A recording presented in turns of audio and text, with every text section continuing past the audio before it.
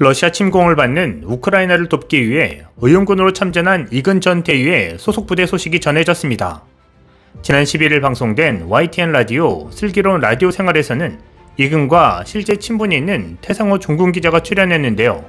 이날 태상호 기자는 이근 대위가 우크라이나를 위해 어떤 것들을 도울 수 있냐는 질문에 이근 대위가 경력이 예사롭지 않다.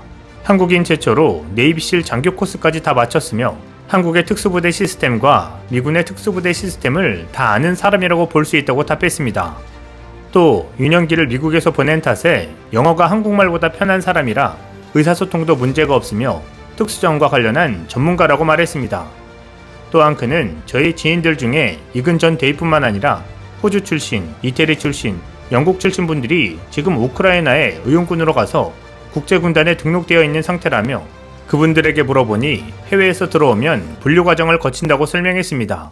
이어 이근 대위의 근황에 대해 그는 특기가 뭐냐, 어떤 것을 잘할 수 있냐에 따라서 크게 세 가지 분류를 한다. 하나는 일반 보병, 보병을 도와주는 지원대대, 특수전 이 세 가지라며 우크라이나 현지 언론의 보도에 따르면 이근 대위는 특수전 부대 쪽으로 분류되었다고 한다고 전해 눈길을 끌었습니다. 태 기자는 이근 대위의 경력으로 볼 때 국제군단 특수부대 팀장을 할 수 있다는 가능성을 제기했습니다. 이어 그는 이들이 진짜 전투를 치르느냐 못하느냐, 전투를 못할 것이다. 왜냐하면 언어의 문제 때문에 다른 부대원들과의 협동이 제한적일 것이다 라고 말하는 분들도 있지만 아니라고 한다. 실제 벌써 국제여단에서 국제군단이 된 후에도 계속적으로 주기적으로 전투에 참여하고 있다라며 의용군들이 실제 전투에 참여하고 있음을 전했습니다. 그러면서 이근 대위가 속한 특수부대와 관련해 우크라이나 특수부대와 같이 고부가 같이 타겟을 타격하는 등 최전선에서 활동을 하고 있다고 보셔도 될 것 같다라고 설명했습니다. 최근 우크라이나 국방부에 따르면 국제방위군으로 불리는 다국적 의용군들은 현재 전장에서 전투 임무를 수행 중인 것으로 알려졌습니다. 이근 전 대위 역시 이 국제방위군에 합류해 전장에서 임무를 수행 중인 것으로 전해졌습니다. 최근 온라인에서는 이근 전 대위의 사망설 루머가 퍼지기도 했는데요. 우크라이나 수도 키이우 인근에서 특수작전을 수행하던 한국인 3명이 희생됐다는 내용의 게시물이 올라왔습니다. 하지만 해당 루머의 출처의 번역이 누군가 한국어를 러시아어로 번역한 흔적이 발견돼 신빙성이 없다고 밝혀지는 상황입니다. 이에 더해 현지 시간 13일 리아 노보스티 통신 등에 따르면 이고르 코나셴코프 러시아 국방부 대변인이 기자회견에서 오늘 오전 장거리 정밀 무기로 우크라이나 서부 르비우즈 스타리치 지역의 우크라이나군 교육센터와 야보리우 훈련장을 공격했다고 밝혔습니다. 코나셴코프 대변인은 공습 결과 최대 180명의 용병과 대규모 외국 무기들이 제거됐다면서 우크라이나 영토로 오는 외국 용병 제거는 계속될 것이라고 경고했습니다. 한편 러시아 국방부 주장에 대해 우크라이나 국방부는 이는 선전용으로 사실이 아니라고 해명했습니다. 마르키안 루브킵스키 우크라이나 국방부 대변인은 야보리 훈련장에서 사망한 사람들 가운데 외국인은 없다고 밝혔습니다. 이런 가운데 러시아군 병사들의 시신이 벨라루스로 대거 옮겨지고 있는 모습이 포착돼 주목되고 있습니다.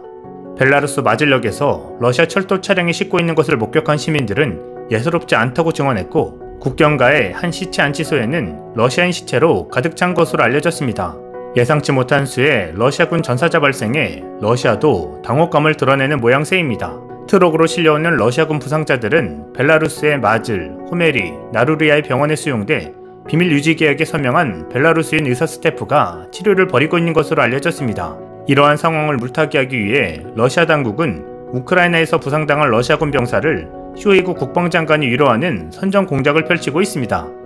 시체를 마즐역에서 러시아 철도 차량에 싣고 있는 모습을 목격한 시민은 시신이 장난이 아니다라고 증언했으며 이 밖에도 마즐 근교에 봉쇄된 묘지에 시신을 운반하거나 비행기로 러시아로 운반하고 있는 모습을 벨라루스 주민들이 증언하고 있다고 자유유럽 라디오 방송인 RFE와 RS가 보도했습니다.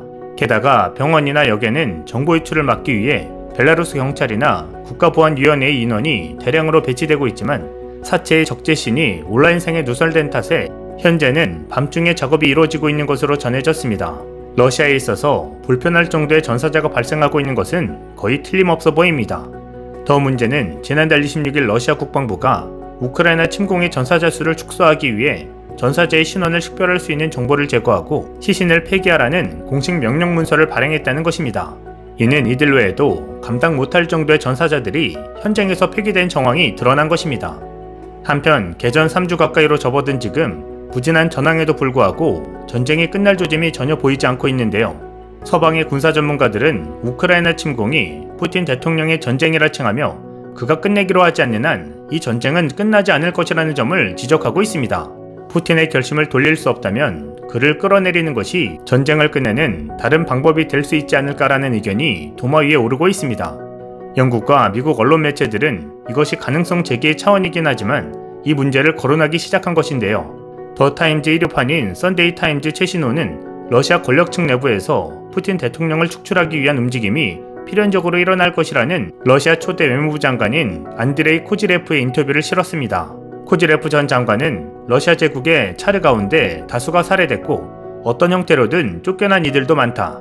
심지어 소련 시절에도 스탈린은 독살됐다고 알려졌고 흐르쇼프는 권제에서 밀려났다며 러시아의 전통에서 권력자를 축출하는 것은 낯선 일이 아니라고 지적했습니다.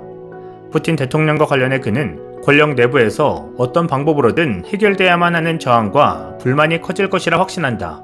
구체적인 방향은 모르지만 러시아의 역사는 예상 밖의 결과로 가득 차 있다고 말했습니다. 그는 설사 푸틴이 우크라이나 수도 키이우와 몇몇 도시들을 점령한다고 해도 의미가 없다면서 그가 민중과 싸우는 것이기 때문이라고 설명했습니다.